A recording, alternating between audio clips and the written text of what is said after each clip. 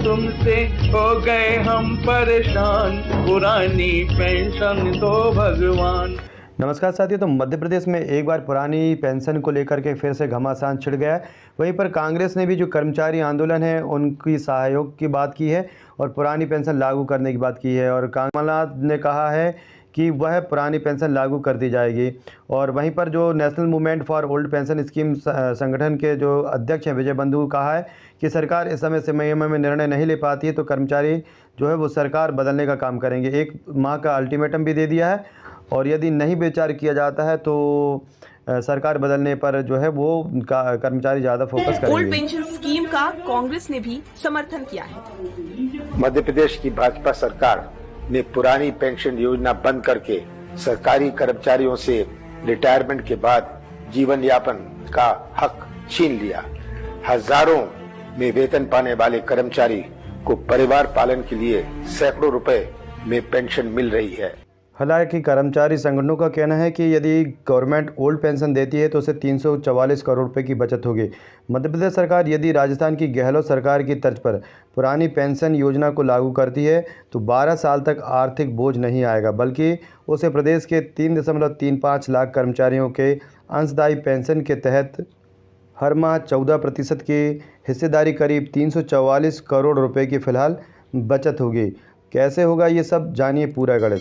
तो किस प्रकार 344 करोड़ की जो बचत है वह जो है सरकार को प्रति माह होगी, वह भी हम देख लेते हैं कि 1 जनवरी 2005 के बाद प्रदेश में 3.35 लाख कर्मचारी से ज़्यादा कर्मचारी सेवा में आ चुके हैं जो पेंशन नियम 1972 के दायरे में नहीं आते हैं। 2.87 लाख अध्यापक जो 2008 में टीचर बने, जिन पर न्यू पेंशन स्कीम NPS लागू है।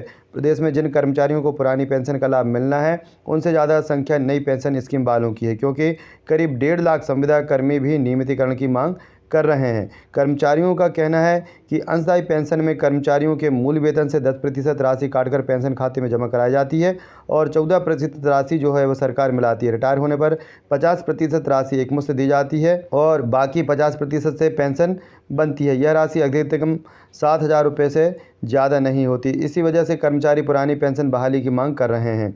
आज़ाद अध्यापक शिक्षक संघ के प्रदेश अध्यक्ष भरत पटेल बताते हैं कि 1 जनवरी 2005 के बाद 3.35 लाख अधिकारी कर्मचारी सरकारी नौकरी में आए हैं। इसमें सबसे ज़्यादा टीचर हैं जिनकी संख्या 2.87 लाख है। सरकार हर माह उनके मूल वेतन का 14% अंशदान राशि करीब 7,000 रुपये खाते में जमा करती है। इससे सरकार को हर माह 210 करोड़ रुपए का वहन करना पड़ रहा है।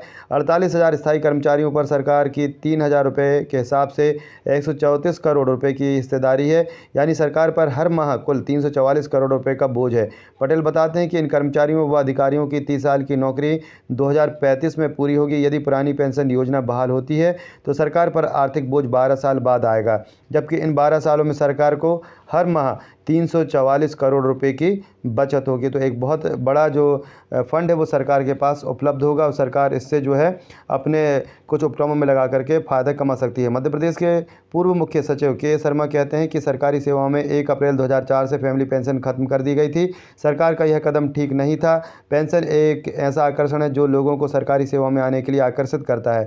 OPS को मध्य प्रदेश ही नहीं बल्कि पूरे देश में लागू होना चाहिए। टुकड़े टुकड़े में राज्य स्तर पर इसे लागू करने से कर्मचारियों में असमानता का भाव आ जाएगा, जो प्रशासनिक दृष्टि से हानिकारक है। तो जो पूर्व IPS अधिकारी हैं उन्होंने भी पुरानी पेंशन को लागू करने के लिए कर्मचारियों का सहयोग किया है। तो आपके क्या विचार है कमेंट बॉक्स में जरूर लिखें। वीडियो को लाइक शेयर करना ना भूलें। चैनल को सब्सक्राइब नहीं किया तो चैनल को सब्सक्राइब कर लें। धन्यवाद।